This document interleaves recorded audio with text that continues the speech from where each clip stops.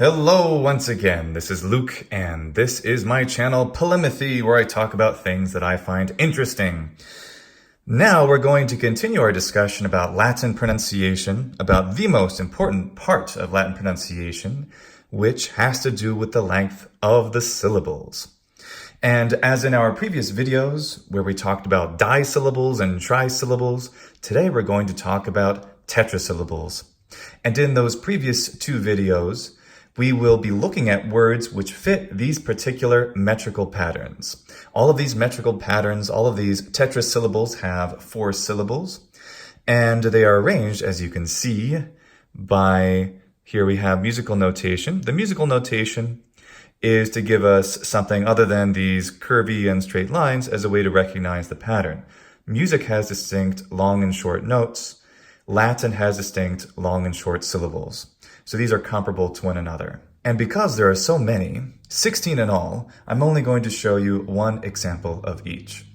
Let's start with the tetrabrach. A tetrabrach has 4 short syllables, something like 4 quarter notes. Adimere. The primus pian has 1 long syllable, the first, and then following 3 are short syllables. Accipere. Accipere. So how might someone pronounce this incorrectly? They might say accipere and give this 2 longs. Well, that's called a major ionic, like assurgere, but it's not accipere, it's accipere. Do you hear the difference? Does that make sense? Let me know in the comments. By the way, I want every single one of you to take the Polemathy Challenge. The Polemathy Challenge is to write an example of each of the 16 of these tetrasyllables in the comments section.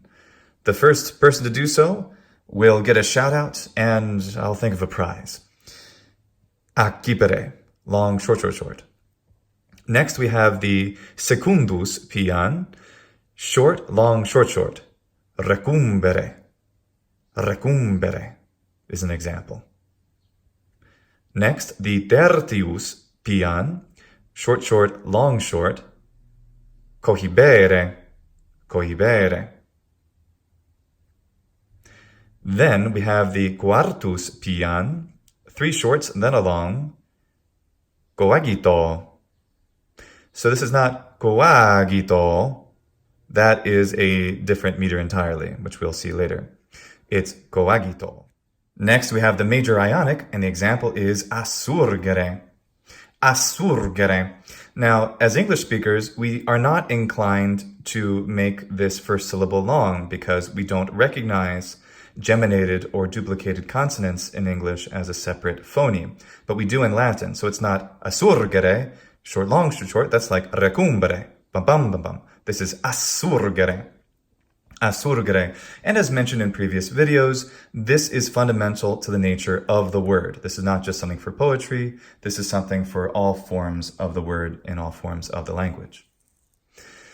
All right, next we have the minor ionic. By the way, some of these have different names, but I've only chosen one of the name variants for each for the sake of simplicity.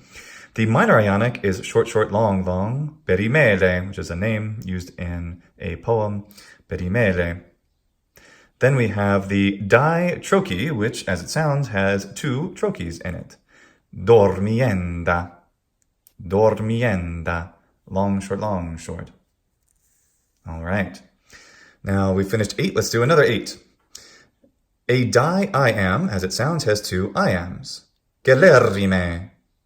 Gelerrime. A choriamb, and this one is rather frequent in certain types of poetry. You may have heard of it before. I honestly don't know most of these names, in case you were wondering. I've heard of a choriamb before, though. So if you've heard of a choriamb, well, this is an example. Intueor. There are a lot of these words in Latin. Discipuli is another one. Intueor. So a common mistake I will often hear, especially from Italian speakers of Latin, will be to lengthen the stressed syllable even though it's short and open. So they would say intueor. Well, that's wrong. That's a different meter, which is actually this one, the 3rd epitrite. But it's not intueor, it's intueor. Intueor. And this is very, very, very, very, very important. It is the most important part of Latin pronunciation. I am definitely a broken record about this, but I believe that the repetition is valid. So it's intueor, and the same with discipuli. It's not discipuli, as this is the word for students, by the way. Discipuli is the correct pronunciation. Discipuli is how many Italians might pronounce it. Why? Because they're lengthening this second stressed open short syllable. They're making it long. They're lengthening it when it should be short. And why are they doing that? Because that's what you do in Italian. So, not surprisingly, English speakers of Latin will tend to say discipuli or something like that. Discipuli or discipuli or something like that. But they'll still lengthen that syllable, and they won't be paying attention to the consonant one after the other, the S plus the C, which causes there to be a long syllable. I've discussed this in previous videos. If it's confusing, please write in the comments and I'll be happy to respond to you and explain in more detail. Intueor. So repeat after me. Intueor. Great. And now an antispast, my favorite of all the names. Short and another short on the end, but in the middle two longs. Then we have a hamaxurga. Hamaxurga. Hamaxurga. Then we have the first epitrite. You might notice also the pattern of these as they've been arranged. The short syllable here is following a diagonal pattern. We did the same thing with the long syllable over here, and that's just for convenience.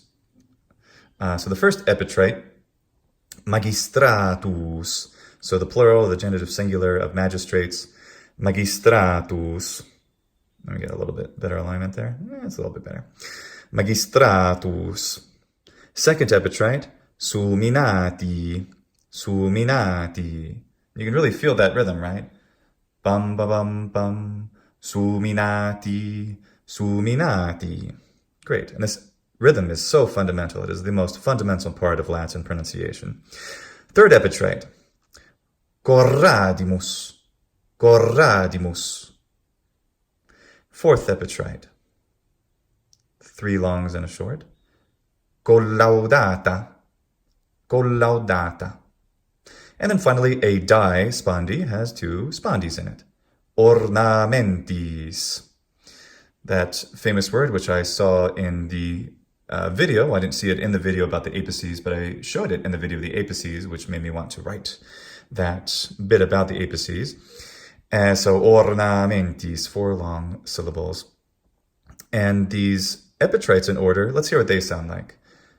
Magistratus, suminati, corradimus, collaudata. And you can hear the displacement of that short syllable in each one of them. So those are the tetrasyllables. The polymathy challenge is for this video and the other two preceding videos. Write an example of each one of these types of rhythms. Each one of the tetrasyllables, each of the trisyllables, each of the disyllables. Do that and you'll get a shout out for sure. The two victors from the previous video, I recall, were Logan and Jesse. Logan Kilpela and Jesse Craft. So you get at least that shout out, gentlemen. But who can take them for this one, for the 16 amazing tetrasyllables? Thanks for watching and listening. Please write your questions and comments below. Take care. Labrut dulcius mele, saporis memor, auriendus mulsur, idaciti patior, perdite te cubio.